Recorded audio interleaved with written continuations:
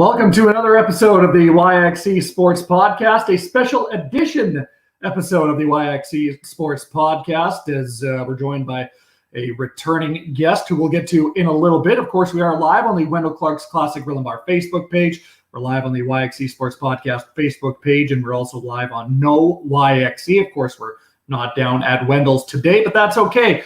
We are live on their Facebook page, and that's all that matters. Joining me now again is Justin D'Entremont, of course, commissioner, co-founder, player of the Saskatchewan Premier Ball Hockey League. And Justin, you can kind of, well, maybe not quite yet, but you can kind of take a little bit of a deep breath because the regular season portion of the Premier Ball Hockey League is over. Yeah. Mr. Morrison, how are you? Good. How about yourself? Great. Yeah. Good.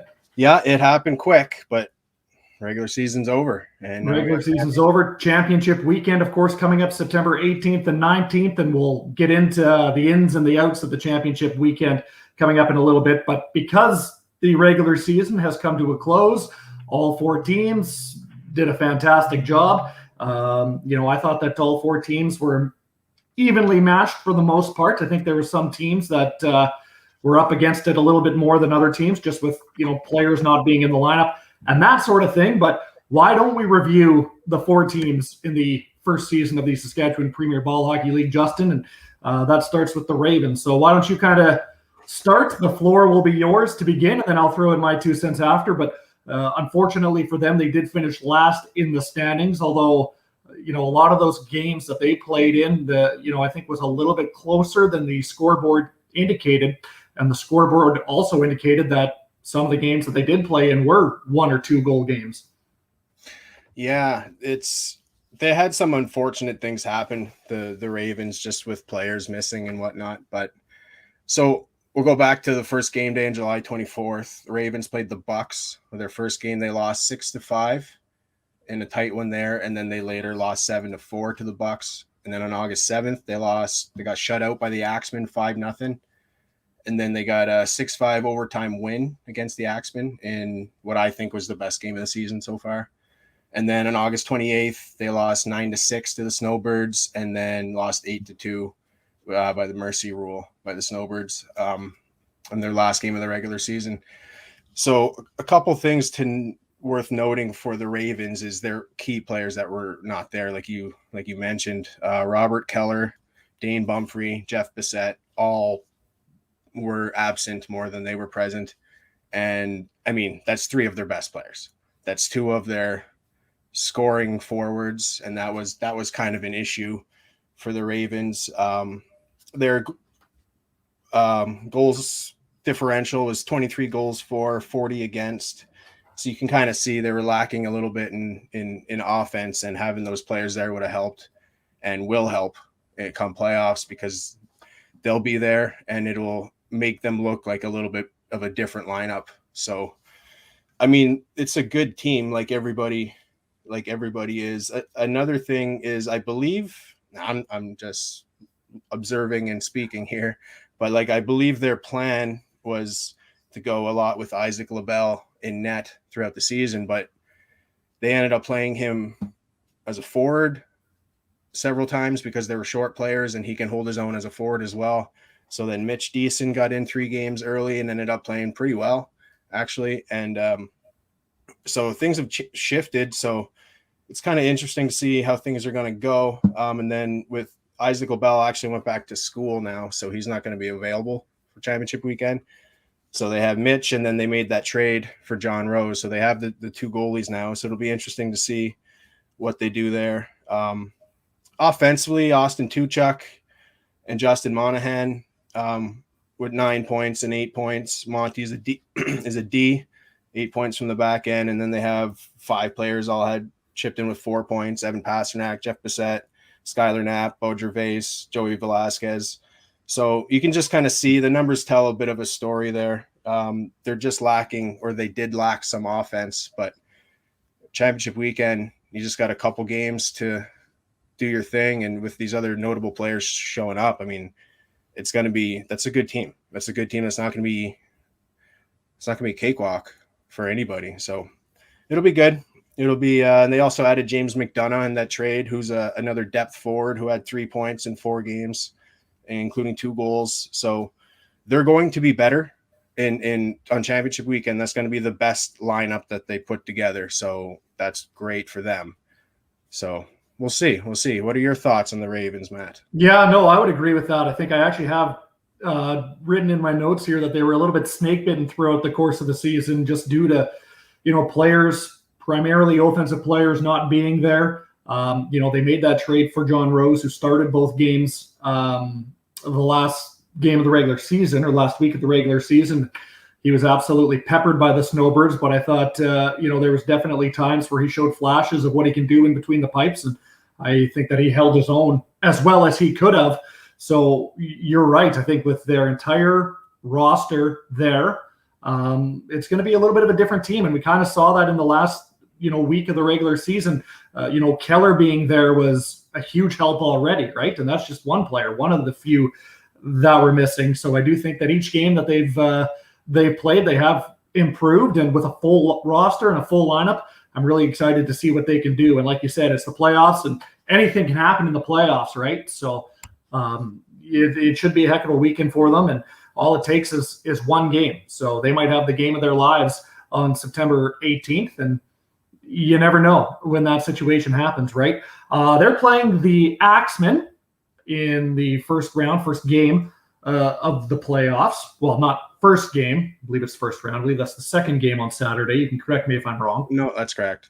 But they're going up against the Axemen, who had a pretty good regular season themselves. Obviously, they were led by guys like Josh Laframboise, who's just a pure sniper, Christian Magnus, Holden Knights, who obviously wasn't there for the final game of the regular season. And they're a little bit of a younger team as well, but those young guys have some talent. Yeah, absolutely. They're, I guess you could say they're top heavy with offense. Mm-hmm. Let's go back at the Axemen game by game here. On July 24th, they opened up the first game against the Snowbirds. The Snowbirds won 9-3 in a mercy. And then the second game was a very good game, one arguably the best game of the season. Snowbirds beat the Axemen 5-4 in overtime. That was the game that had like all kinds of lead and then tie. Lead changes, yeah. And then on August 7th, Axemen shut out the Ravens 5-0. Brandon Schatz getting the only shutout of the season there. I was going to say, I was looking at that. Sorry to cut you off. He had the inaugural shutout of the Premier League, and to this day, the only shutout. So he'll go down in the history books. Yeah, absolutely. And actually, it's been a very high-scoring league. Mm-hmm. So, and considering that, shutout is even a little more impressive. But so moving on, and then later in the day, the Ravens beat the Axemen 5-4 in overtime. So that's the Axemen's second overtime loss. And then on August 28th, they lost 6-2 to the Bucks, and then 7-5 to the Bucks, which was actually a very good game, the last game of the regular season there.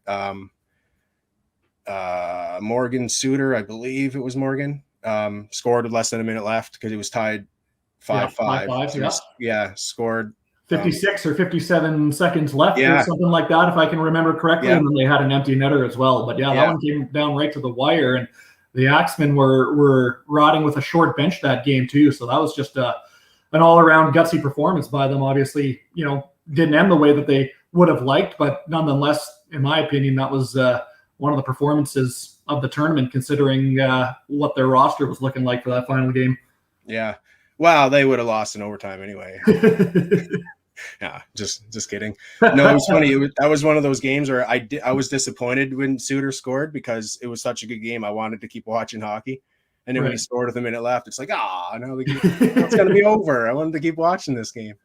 But no, the Axemen are interesting because they couldn't go off with those names you mentioned with Christian Magnus, Josh Laframboise, Holden Knights, Caleb Griffin, Jadrian Genther has been one of the nice surprises when he's jumped up and played some minutes on that top line. He totally holds his own. He can play with Laframboise and Magnus, no problem. So yeah, I mean, like you said, pure sniper in Laframboise. He's a gifted goal scorer. and Mags is a very well-rounded offensive player, good athlete. So yeah, and then they got Brandon Schatz in net, who is by far the most experienced goalie in the league, with roughly 30 starts at men's A nationals. Like nobody else has anything close to that, if any, come to think of it. So I mean, a team with a lot of offense, good goaltending. And another thing worth noting when I was looking through some numbers here is they had Russell Robson, who is, I mean, arguably their best D, or in the top 2 or 3 anyway. He only made the first 2 games of the season and he missed the next 4. He's a valuable player that wasn't there, and he'll be there in playoffs, and that's going to help a lot. And they also had Jesse Kloos miss 3 games, and Jan Lucier miss 4 games. So that's 3 defensemen who missed significant time. And again, it's one of those things you can't tell me that doesn't matter. You know, they add 3D to their lineup now, and you know, you're just deeper, and now everyone's fresh, and you're not just adding players, but you're adding like pretty good players. So it's gonna be impactful. So we're just gonna wait and see how impactful it's going to be. And also another thing that on top of their offense that they have been producing, they also have 2 players that are good offensive players who have just kind of been cold. They haven't caught fire yet, and that's Carson Bogdan and Tyson Getzinger. The 2 of them are very good players, and they're good offensively. Getzy lives in Lloyd. He usually plays in the Lloydminster League, but they didn't have enough players to have a league this year. So, I mean, there's a handful of them from Lloyd, and it sucks. They don't have a league to play in. So they show up for these Premier League games, and they're not sharp, right? They're rusty because they're not playing weekly like everyone else is. So that it's unfortunate. And Boggs is a good offensive player who, like I said, he just hasn't been clicking yet. But those are 2 players that if they can both have 2-3 point games, and you know, that's even scarier for their opponent, because they have more offense even than they're showing so far, even though offensive has been their main thing. So it's exciting with them. The Axemen, it's their offense that's kind of their strength, and then the Ravens, it's kind of their back end that are the strength. So we'll see. I mean, I'm looking forward to that first game, and that's a do or die game. That game 2 of playoffs, whoever loses is eliminated for the season, and then the winner moves on to the semis. So all hands on deck. It'll be a good one. Offense first defense, right? I mean, that's what it comes down to, and those are the most exciting games, in my opinion. The Axemen, obviously, with Brandon Schatz in net too, so they have a good goalie between the pipes. So that should be one heck of a game. And just to jump in for a second, that's not to discount Landon Moldenhauer, who's been good this year, but he's actually not going to be present. Yeah. So it's pretty obvious that He's going to be their guy. But Moldenhauer's been good.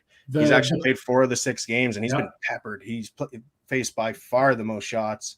He's faced 132 shots in 4 games, which is 36 more than the second most shots. So he's been busy, and he's held them in at times for sure. But Schatz is definitely going to be their guy going forward. Robbie Huffnagel and Greg Cunningham for the Snowbirds have been good as well, but I would say tandem-wise, Moldenhauer and Schatz are probably with Cunningham and Huffnagel 1A and 1B, in my opinion, right? Yeah.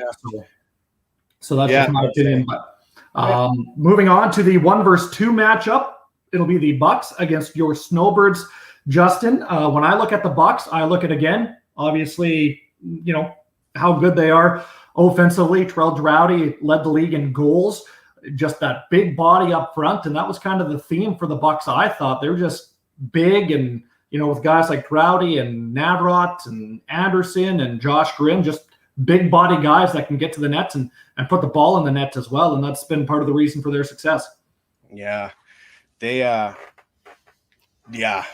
intimidating. I mean, with how they're big, and like you're saying, they're big and powerful and strong, and those big bodies compete hard too. Yeah. They're not soft, any of them. Yeah.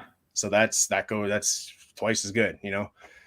So we'll go back here to the start. So the Bucks, their game results were in July 24th. They played the Ravens. They won 6-5 and 7-4. And on August 7th, they were without Anderson and Drowdy, which are, the numbers show they're kind of leading the way on their team there. So they were without them both against the Snowbirds. So that was definitely impactful. But anyway, Snowbirds won 6-3 and then 8-2 in a mercy.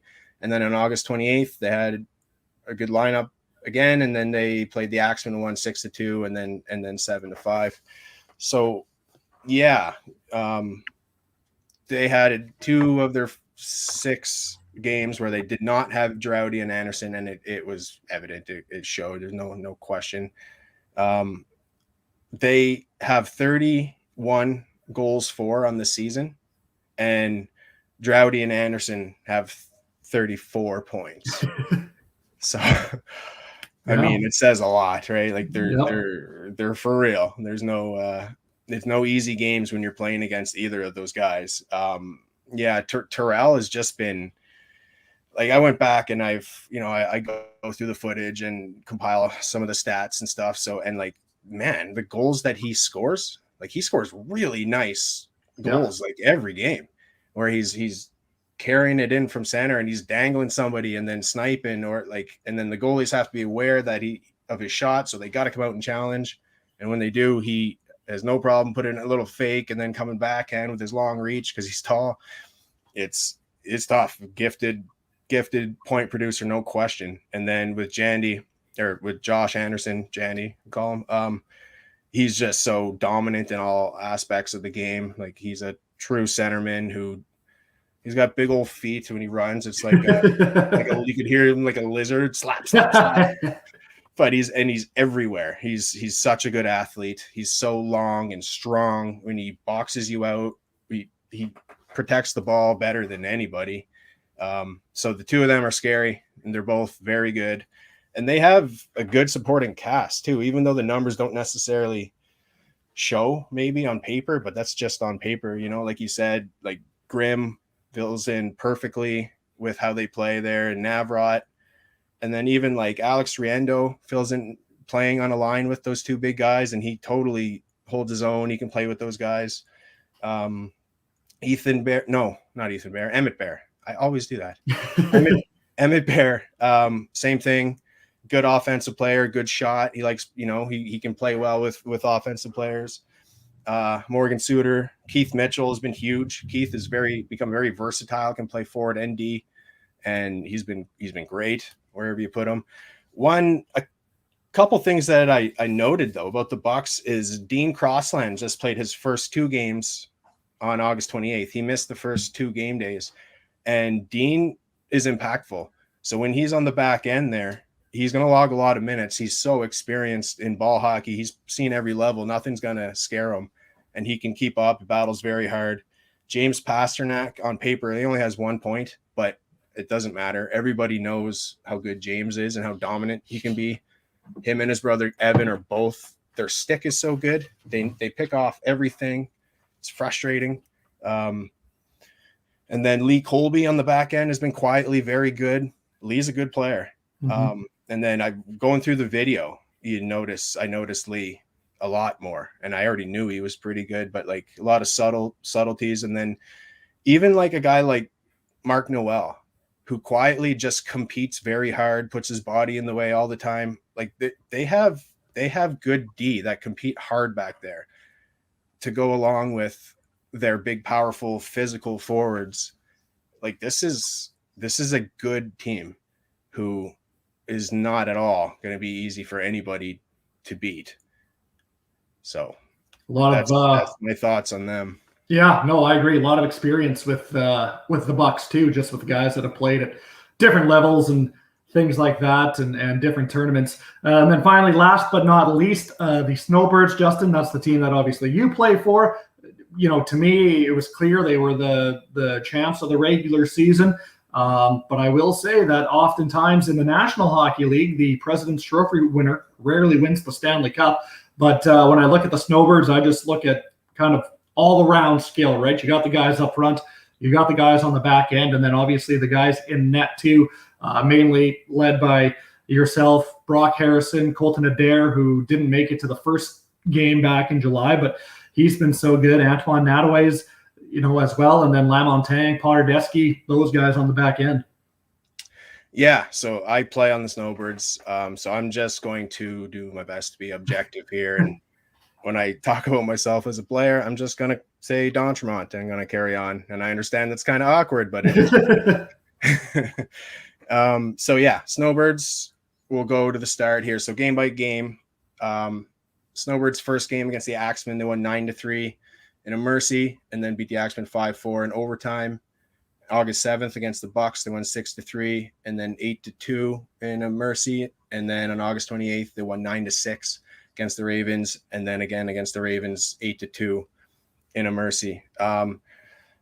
Yeah, Snowbirds are going to be tough. There's a lot of depth offensively. I think that's the biggest thing that's been going for the Snowbirds. The goals for and against, there's a big differential. I mean, there's 3 mercies in there, but they were for different reasons. Like there wasn't that big of a gap. Like the different ones we're playing teams that had, key players not there for a game. And then just whatever things worked out that way where there's a couple lopsided scores, but because there was lopsided scores, there's a lot of big numbers in the stats. Brock Harrison has been great. Leading the league with 23 points in 5 games.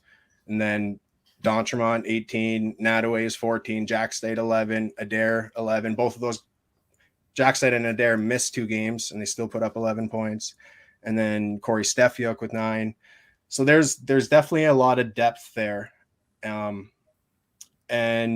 Which also produces some kind of wild plus minus numbers there too. But yeah, it's just due to a couple of those unfortunate kind of lopsided games.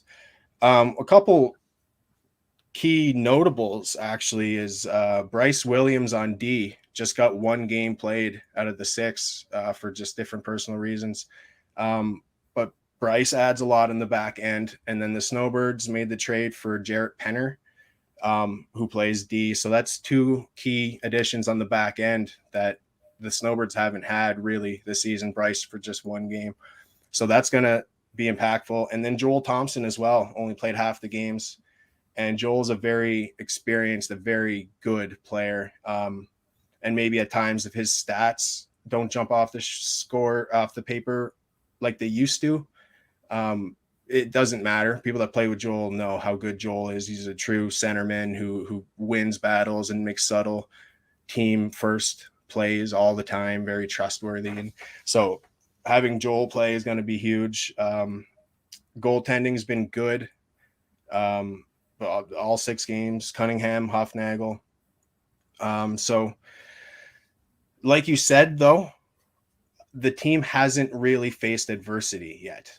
And that sometimes can be trouble, as sports people know. You have to be able to overcome some issues and some adversity, and that's how you win. So like nobody ever breezes through and just crushes everyone the whole way and wins. That's just not how it goes, and that's not how this is going to go. I'm pretty confident saying that. So that's the big thing, is to see how things play out. And when things start to go wrong for the Snowbirds, how are they going to handle it? So that's my thoughts on the Snowbirds. That's your thoughts on all 4 teams, as well as we kind of look at the regular season in review for the 4 teams in the Saskatchewan Premier Ball Hockey League. We'll get to the playoffs coming up in a little bit, but of course we are live on the Wendell Clark's Classic Grill and Bar Facebook page. We're obviously not at Wendell's today, but we will be back on Monday night. It's NFL kickoff tonight, so Wendell Clark's Classic Grill and Bar has all your needs served for that. $5 bevies at Wendell Clark's Classic Grill and Bar for Thursday night football, Sunday football, Monday night football. There's weekly square boards as well, also weekly pick'ems, and you can win some autographed swag. So make sure you come on down to Wendell Clark's Classic Grill and Bar to watch Thursday night football, Sunday football, or Monday night football, and get in on some of those awesome things that they have going on there. So the first round of the playoffs, if you want to call it that, will be happening on Saturday, September 18th, right? So that has the Snowbirds facing off against the Bucks, and then the Axemen facing off against the Ravens. And I know that you've talked about this many times before, Justin, but just in case we have some new listeners or people you haven't watched or listened in the past, it's like a curling draw. So give us a little bit of a rundown now that we know which team is playing which and where they fall in the standings. Give us a rundown once more of how the playoffs work for the Premier Ball Hockey League. Yeah, there's 4 games in total, 2 games on Saturday, 2 games on Sunday. So the first game is the 1-2 game. So the Snowbirds versus the Bucks. The winner goes right to the final, and the loser goes to the semifinal. And then game 2 is the Axemen versus Ravens. That's the 3-4 game. Loser is eliminated. Winner goes to the semifinal on Sunday morning against the loser of game 1. And then the semifinal, just whoever wins that plays an hour later in the final against the winner of game 1. So it's 4 games. I think it's a good way to do it this year. I'm happy, looking forward to it because everybody has a chance still. So that's what I like most about it. Yeah. Right. So. Well, and that's the thing. You look at a team like the Ravens that, throughout the course of the regular season has been snake bitten or, for this, that, and whatever. And now obviously they have the potential for a full roster heading into the playoffs. It would suck for them not to at least get an opportunity to at least play, right? And see what they can do with a full roster in the playoffs, where we know the intensity ramps up, every mistake is magnified, and anything can really happen in the playoffs, especially in these one and dones, right? Or at least in that game, the one and done, right? So yeah. No, absolutely. That's what I find most exciting is just all those things you're just saying. It's still very much open to anybody. There's one thing I forgot to mention to you, Matt, when we were chatting before we went on air here is actually I did a survey. I polled all the managers yesterday and last night about I was curious to see who the front runners are for the individual awards. Right.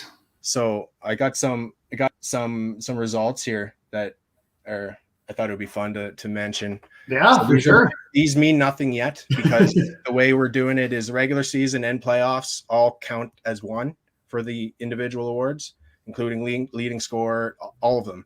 It's just going to be so the final vote is going to be after the championship game, and then we'll actually officially get it out. But I thought after the regular season would be a good time to see who people think are the front runners right now. So I'll kind of give like a top 3. So the awards are league MVP, top forward, top D, top goalie, rookie of the year, and the new toughness award, which is a unique thing. So a rookie, because everyone's a rookie right now. Yeah. Everyone's first time Premier League players. Yeah. So for us, a rookie is you got to be 23 years old or younger, and you could have never participated in a A or B level national tournament, or you could not have played in the B division in Saskatchewan, which is the most competitive.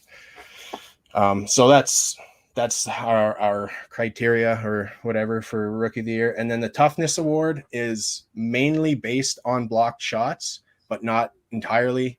The idea is this is supposed to be an award for those players that never win awards, like defensemen or grindy type players who heart and soul guys. Yeah, absolutely. Block shots and are willing to absorb physical punishment, basically, for in the name of their team success. Yeah. So that's the idea. So that one is that's so new. A lot of names came up for that one. So I'll run through top forward. The top 3 in the survey is Brock Harrison, Terrell Drowdy, Christian Magnus are kind of our 1, 2, 3 right now in top forward. Top D, bit of a separation. Lance Lamontagne and then after James Pasternak and Justin Monahan, those were so far the top 3 in running for top D. And goalies, Brandon Schatz and Greg Cunningham were the top 2, kind of separated from the rest. And then rookie of the year, Antoine Nadeways from the Snowbirds, who's been awesome this year. Yeah. He got votes from basically everybody, I think. And then Darwin Morin, very similar player. The two of them are good friends, actually. Got a lot of votes as well. And then Jarrett Penner and Jadrian Genther as well. So the four of them are separated from the rest of the pack. And then for the toughness award, Brendan Jones from the Axemen in the lead, Lance Lamontagne, because everyone, a lot of people know he's hurt, so they know he's putting up with a lot right now. And Josh Grimm, Michael Anderson, Matthew Coe, Russell Robson, even though he's only played the 2 games. So this was exciting for me. I like to see. I had fun with this, seeing who the managers think are kind of in the lead and the top dogs in these categories thus far. So I just thought that'd be a fun thing to bring up and see where you think things are at right now. No, for sure. Absolutely. And I would agree with the majority of that list too. And you can make an argument for a guy like Mark Noel to be on the toughness award, right? He might not, block a ton of those shots, but man, does he just get in there and he battles his tail off, right? That's what I've kind of noticed about him. So yeah, there's like 15 names here for his, because everyone was never, this is new to everybody, so they just started thinking. And so there's a lot of players though who put up with a lot of pain. And Mark Noel, that was cool. By the way, I enjoyed watching Mark Noel and Seth Noel go at it, father and son, there on August 28th, and they were battling pretty hard a few times. I don't know if you know them, Matt, but like they're Pops, that's what they call Mark, the dad. He's 50 years old. He's in great shape. He competes very hard. That's the only way he knows how to do it. So, and he has five sons, 4 or 5. I should know that. But anyway, they all play, and one of them's in the military now. They're all that way. They play hard and they compete hard, and I enjoyed that a lot, actually, watching the father and son go at it. And you can definitely tell that Mark and Seth are cut from the same cloth. Yeah, right? for sure. They both compete extremely hard. Just before we wrap up, I do want to give a shout out to Josh Anderson and Lance Lamontagne, because they were announced earlier this week that they have made the men's Team Canada 40-man selection camp roster in Montreal. Why don't you just give us a little bit of a rundown, kind of how that stuff works in ball hockey, and just how big of an honor it is. Yeah, for sure. Men's Team Canada has not been doing it this way for quite a while now. It's hard with ball hockey right now. It's not like the NHL. You don't have unlimited resources to go watch games and watch players. So the way it's usually worked is they select a GM for the team and an assistant GM or whatever, and then those two watch all the games at Men's A Nationals, and they basically compile a team from that. But Canada hasn't won in a while. Like, they're always close. They're always a contender, but Slovakia won, I think, 4 years in a row at the World Championships, and that sort of thing. So I think they're trying to change things so that they can try to get back on top. So they're doing a 40-man selection camp in Montreal, which is a great idea. So they have Daniel Medeiros, the GM of Team Canada, Matt Louie, assistant GM. I know both of them. They're both really good guys and in it for the right reason. So they made some changes, and I spoke with both of them about what they're looking for, and they're looking for guys just like Lance and Josh, like tall, good athletes with good attitudes, and I'm very happy for the both of them. Especially I'm very happy for both of them, but Josh, this was his first Men's A Nationals, first one ever. Lance has played in 8, I think, or something, and we've all been saying he should have had a legitimate look much sooner than this, but at least it came now, which is better than never. But with Josh, he's still 25, 26 years old, or however old he is, and his first Nationals, and he gets the invite to camp. So there's it's promising. It just looks good for our future in Saskatchewan, because we've only ever had one player play at a time. So to have 2 in the running right now, it's a step in the right direction. So those two are very happy for the both of them. Yeah. And I believe the selection camp is October 15th the 17th or something like Yep. that. So sounds right. Yeah, middle of the month there. Big congrats and big shout out to Anderson and Lamont Tank. So why don't you just quickly before we wrap up, the 18th and the 19th, what are the times for both of those days? Yes. Game 1 on the 18th, Saturday the 18th is 4:30, Snowbirds against the Bucks, and then game 2 is 7 o'clock, Axemen against Ravens. Sunday morning, the semifinals at 11 a.m., and then the championship final game is at 2 on Sunday. And of course, both of those days, they'll be out at the Dominey Arena as they have been for the past few weeks. And I'm honored. I've been honored to be behind the mic for the regular season, and I'm even more honored to be behind the mic for the playoffs because all 4 of those games should be fantastic. Justin Donchermont, thanks so much, and good luck rest of the way. Thanks a lot, Matt. This has been a special edition of the YXE Sports Podcast. Of course, we will return to Wendell Clark's Classic Grill and Bar on Monday night, hopefully with a special guest there too. But anyways, until Monday, stay safe.